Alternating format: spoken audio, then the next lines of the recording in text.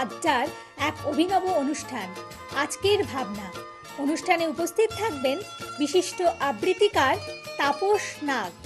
অংশগ্রহণের জন্য যোগাযোগ করুন স্ক্রিনে দেওয়া নাম্বারে। অনুষ্ঠানটি দেখুন প্রতিদিন সকাল 7:30। নমস্কার, আমি তাপস নাগ। প্রতিদিনের মতো শুরু করছি চ্যানেল ভিশন আয়োজিত আপনাদের প্রিয় অনুষ্ঠান আজকের ভাবনা। আজকের ভাবনা যারা নিয়মিত দর্শক তারা প্রত্যেকেই জানেন, গান, কবিতা, সাহিত্য, আড্ডা এবং নানাবিধ আলাপ আলোচনা সব মিলিয়ে পশ্চিমবঙ্গের সাংস্কৃতিক মানচিত্রে একটা নতুন ধরনের অনুষ্ঠান ইতিমধ্যে 4 বছরে পদার্পণ করে 5-এর দিকে এগিয়ে চলেছে। আর জানেন এই অনুষ্ঠানের একটা সুস্থ রুচি, সুস্থ সংস্কৃতির প্রচার প্রসারে এর একটা ভূমিকা রয়েছে পশ্চিমবঙ্গের সংস্কৃতির ক্ষেত্রে, এবং এখানে নবীন প্রবীণ সমস্ত শিল্পীরাই বিভিন্নভাবে অংশ নিয়ে থাকেন। এবং আমাদের যারা পর্দার ওপারে যে দর্শকরা নিয়মিত অনুষ্ঠান দেখেন তারাও নানাভাবে অবশ্য তাদের মতামত এখানে পরবর্তীকালে আমাদের কাছে ব্যক্ত করেন, এবং আপনাদের সহযোগিতা নিয়েই আমরা ক্রমশ আরও এগিয়ে চলেছি। আজকে আমাদের মধ্যে যিনি উপস্থিত রয়েছেন তার সঙ্গে আগে পরিচয় করিয়ে দিচ্ছি। আমার বাঁদিকে সঙ্গীত শিল্পী মৌসুমী দাস মুখার্জি। আর মৌসুমী দাস মুখার্জিকে যারা সহযোগিতা করবে যন্ত্রে, তবলায় অভিজিৎ চক্রবর্তী। আর আমার একেবারে বাঁদিকে পারকাশনে আপনাদের অতি পরিচিত মুখ বিপ্লব সরকার। নমস্কার। আমরা কথা না বাড়িয়ে আজকে প্রথমে আগে গানের দিকে যাই। আর এটা তো জানেনই, মৌসুমী দাস মুখার্জি বিভিন্ন গান করেন, বিভিন্ন ধরনের গানই পরিবেশন করে থাকেন। তবু আপনারা দেখেছেন যে আজকাল শিল্পীদের একটা প্রথম যে চাহিদা রয়েছে বা তাগিদ রয়েছে যে একটা রবীন্দ্রসঙ্গীত দু একটা গাওয়ার, এবং এটা খুব একটা পশ্চিমবঙ্গের পক্ষে খুব ভালো খবর যে রবীন্দ্রনাথকে এইভাবে মানুষের মধ্যে ছড়িয়ে দেওয়ার একটা প্রবণতা শিল্পীদের মধ্যে দেখা যাচ্ছে। মৌসুমী দাস মুখার্জি একটি রবীন্দ্রসঙ্গীত দিয়ে আগে অনুষ্ঠান শুরু করছেন। প্রথমে রবি ঠাকুরের কাছে যাই।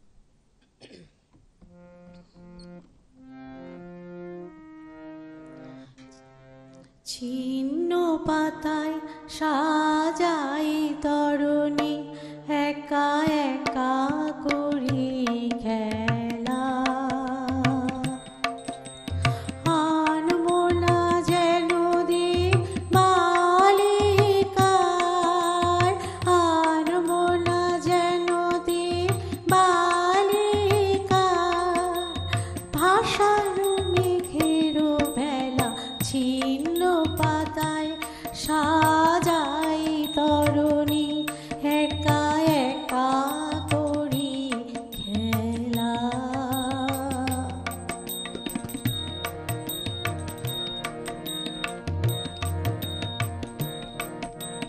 যেমন হেলায় অলস ছন্দে কোন খেয়ালে কোন আনন্দে, যেমন হেলায় অলস ছন্দে কোন খেয়ালে কোন আনন্দে।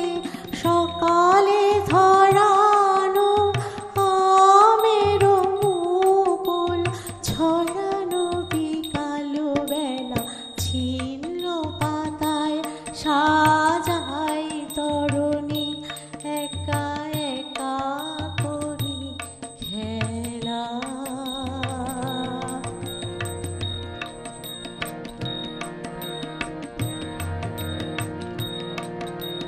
যে বাতাস নেয় ফুলের গন্ধ, ভুলে যায় দিন শেষে। তার হাতে দি আমারও ছন্দ, কোথা যায় কে জানে সে। লক্ষ্যবীর স্রোতের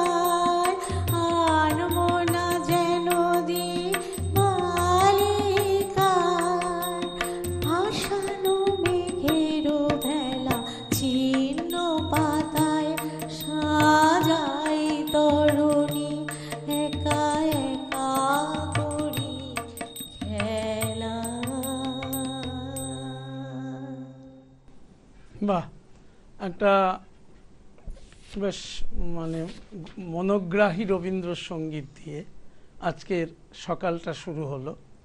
আর ছিন্ন পাতায় সাজাই তরণী একা একা করি খেলা। আর খেলা শব্দটা রবীন্দ্রনাথ তার বহু গানে কবিতায় বিভিন্নভাবে ব্যবহার করেছেন। আপনারা যারা কবিতা ভালোবাসেন, রবীন্দ্রনাথের গান ভালোবাসেন, দেখবেন খেলা বলেও রবীন্দ্রনাথের কবিতা আছে যেখানে তিনি বলছেন, সন্ধ্যাবেলায় এখন খেলায় করলে আমন্ত্রণ ওগো খেলার সাথী। আবার দেখবেন গানেও পাই আমরা, খেলা খেলা সারা বেলা একই খেলা আপন শনে। অর্থাৎ খেলা শব্দটার ওপর কবির একটা আলাদা আগ্রহ ছিল, মানে তিনি এই শব্দটা বিশেষভাবে ব্যবহার করেছেন। তা আমরা খুশি হব যদি আমাদের আজকের শিল্পী মৌসুমী দাস মুখার্জি, তার কাছে অনুরোধ থাকবে যদি খেলা, যেমন খেলা ঘর বাঁধতে লেগেছি, এই গানটা কি শোনানো যাবে? আচ্ছা, চেষ্টা করছি আচ্ছা, এবং আচ্ছা। যথাসাধ্য।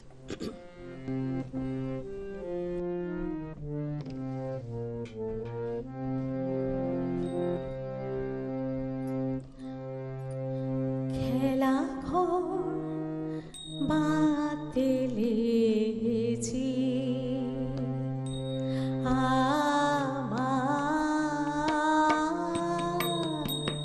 মনের ভিতরে, খেলা ঘর বাঁধতে লেগেছি। কত রাত তাই তো জেগেছি,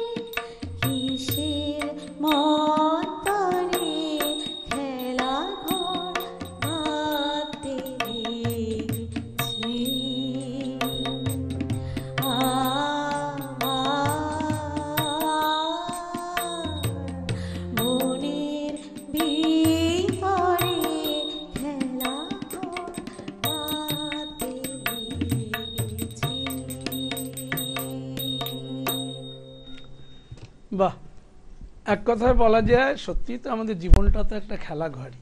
তো সেখানে রবীন্দ্রনাথ যত গান লিখুন, কবিতা লিখুন, উপন্যাস লিখুন, বহু কিছুর মধ্যেই ওনার ছিল অবাধ গতিবিধি। কিন্তু সর্বাগ্রে আমরা যেটা বলে থাকি দার্শনিক রবীন্দ্রনাথ, তার জীবন দর্শন, তার চিন্তা চেতনা মনন, আমার মনে হয় পৃথিবীর বহু মানুষের এখান থেকে কিছু শেখার আছে। এবং সবচেয়ে যেটা বড় প্রশ্ন যে দেখুন, খেলাঘর গড়তে লেগেছি এই যে হৃদয়ের খেলা, তেমনি এবার অন্তরের অন্তঃস্থল থেকে যে উৎসারিত বিষয়গুলো, এগুলোই কিন্তু একটা মানুষের জীবনী শক্তি।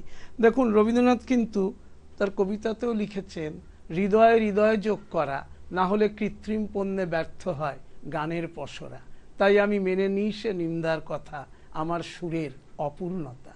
রবীন্দ্রনাথ এটাও বলছেন, যদি এটা করতে না পারি তাহলে আমি সার্থক নই। এইখানে হচ্ছে রবীন্দ্রনাথের বিশেষত্ব। যাই হোক, আজকে আমাদের যিনি শিল্পী তিনি বিভিন্ন গান করে থাকেন, তো স্বর্ণযুগের গোটা দুয়েক গান তার কণ্ঠে শুনব, কারণ শিল্পী কলকাতার বিভিন্ন মঞ্চে নিয়মিত অনুষ্ঠান পরিবেশন করেন এবং মোটামুটি একটু ব্যস্ত শিল্পী, সবসময় হয়তো সময় দিয়ে আসতে পারবেন না বা পারেন না, তো একটু যার ফলে যখন তাকে পাওয়া গেছে একটু আধুনিক গান আমরা শুনে নেই। প্রথমে কোন গান শুনবো? আমি স্বর্ণযুগের একটি গানে যাচ্ছি, প্রতিমা মুখোপাধ্যায়ের একটি গান।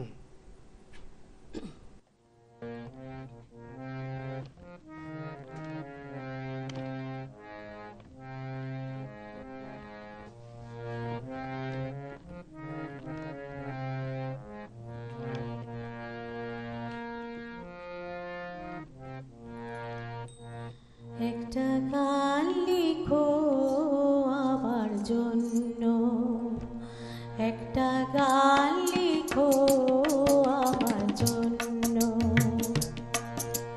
না হয় আমি তোমার কাছে ছিলে মতি নগণ্য, একটা গান লিখো আমার জন্য।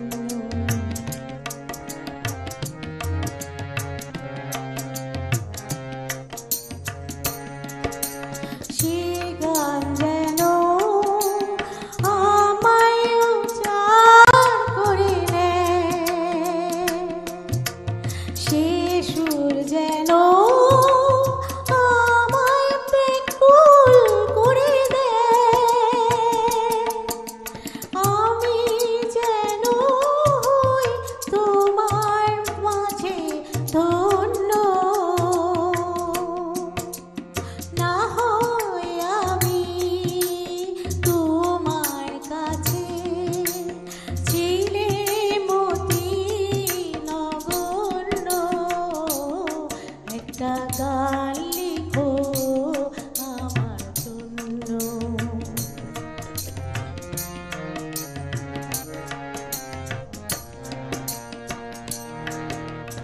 আমি ছিলাম তোমার প্রেমে প্রথম স্বপ্ন নায়িকা,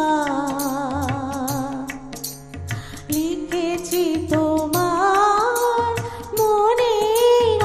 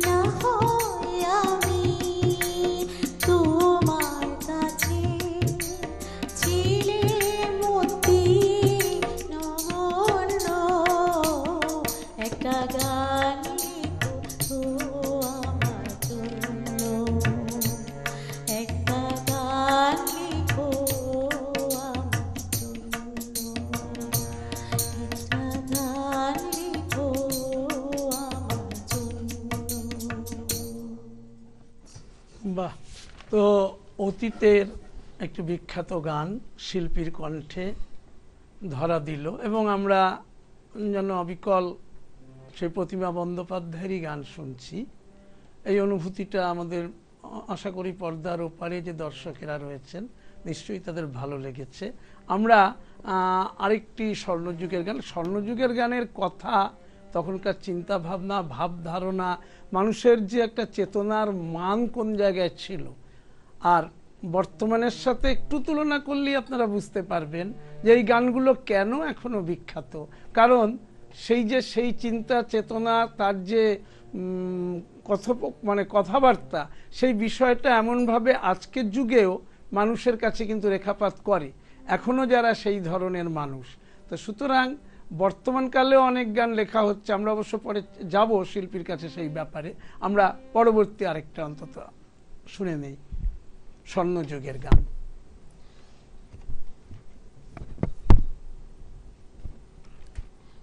আমি একটি আরতি মুখার্জি গান করছি, সুরদিন দাশগুপ্তর কথা।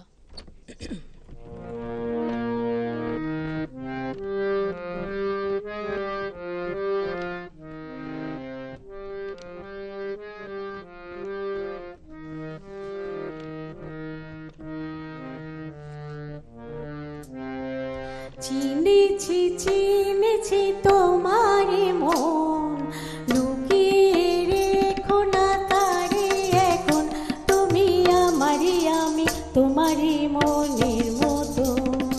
চিনেছি চিনেছি তোমারে মন, লুকিয়ে রেখো না তারে এখন, তুমি আমারই আমি তোমারই মনের মতো।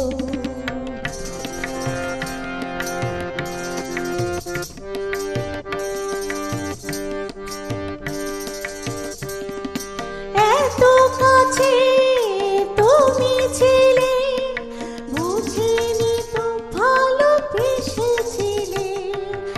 এত কাছে তুমি ছিলে, বুঝিনি তো ভালোবেসেছিলে। আমিও তোমারই প্রেমে তখন, জানি না হারিয়ে গেছি কখন, তুমি আমারই আমি তোমারই মনের মতো। চিনেছি চিনেছি তোমারই মন, লুকিয়ে রেখো না তারে এখন, তুমি আমারই আমি তোমারই মনের মতো।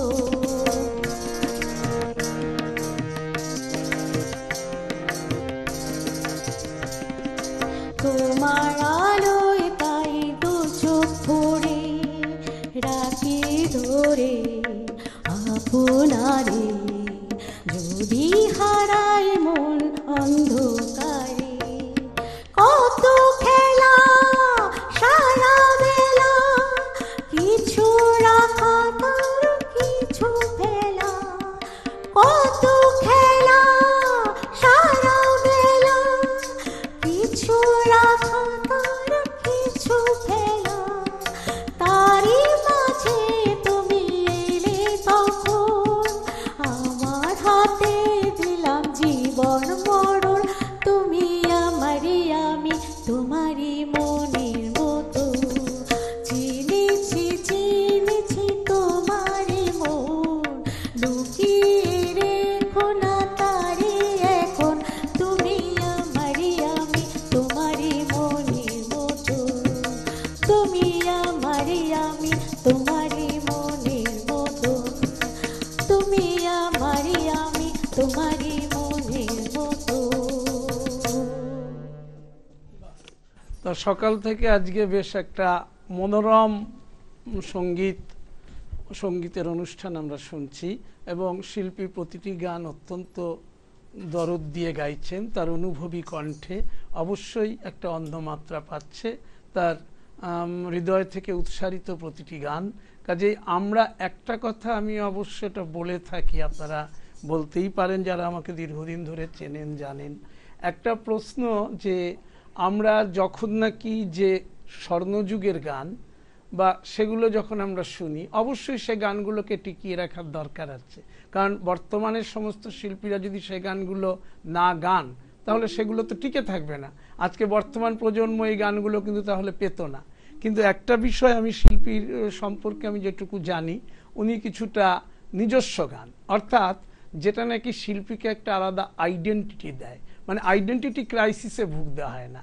যখন তার নিজস্ব গান কোনো হিট করে, সেভাবে দাঁড়িয়ে পড়ে। আমি কিন্তু আবার বলবেন না আপনি তো গানের শিল্পী নন, আপনি কেন এত কথা বলছেন, কিন্তু অবশ্য তো আমি গান ভালোবাসি, এটা তো অস্বীকার করতে পারবেন না আপনারা। তো সেখানে গানকে যদি নিজস্ব কিছু গান, যেটা ক্রিয়েটিভিটি, যেখানে কিছু নতুন কিছু পাবে মানুষ, আর আমাদের আজকের ভাবনাই তো একটা ক্রিয়েটিভ অনুষ্ঠান। সুতরাং টিভি চ্যানেলে আজকের ভাবনার জনপ্রিয়তা তো এইখানেই। সুতরাং বিষয়টা হচ্ছে যে শিল্পী এবার, আচ্ছা আমি মৌসুমী দাস মুখার্জির কাছে একটাই প্রশ্ন থাকবে, যে গানটি আপনার তো বেশ কিছু এরকম গান রয়েছে, যে গানটি গাইছেন তার গীতিকার এবং সুরকারের নামটা একটু বলে দেবেন, কারণ সুরকার আমার অত্যন্ত প্রিয় মানুষ, আপনি একটু বলবেন নামটা। আমার কিছু নিজস্ব সঙ্গীত আছে, নিজস্ব মৌলিক গান আছে। তা কথা হচ্ছে দীপঙ্কর আচার্য এবং সুর হচ্ছে বাণীকণ্ঠ সাহা। কথা, হ্যাঁ আমি ভুল বলেছি, যিনি লিখেছেন, এবং উনি একজন বিখ্যাত তবলিয়া, এবং আপনারা অনেকেই তাকে চেনেন।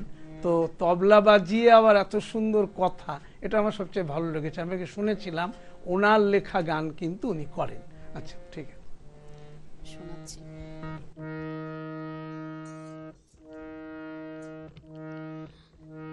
তোমাকে চেয়েছি আমি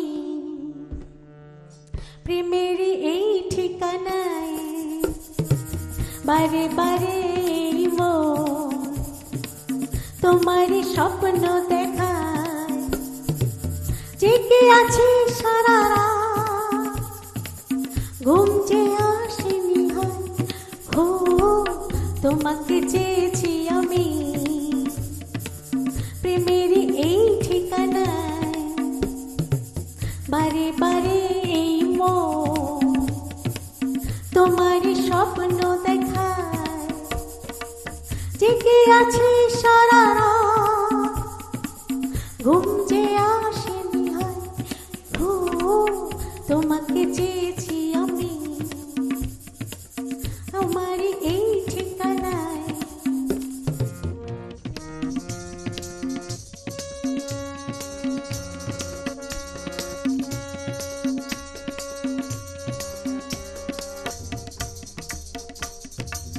পেয়েছি তোমাকে আলোতে, বিদ্যুতের বাঁকা ঝলকে, খুঁজি তোমায় আমি মনেতে, ভরা ফাগুন সমীরণেতে, তোমার পরশে হৃদয়ে পরশে এমন তোমাকে হারায়। ও তোমাকে চেয়েছি আমি প্রেমেরই এই ঠিকানায়, বারে বারে এই তোমারই স্বপ্ন দেখা।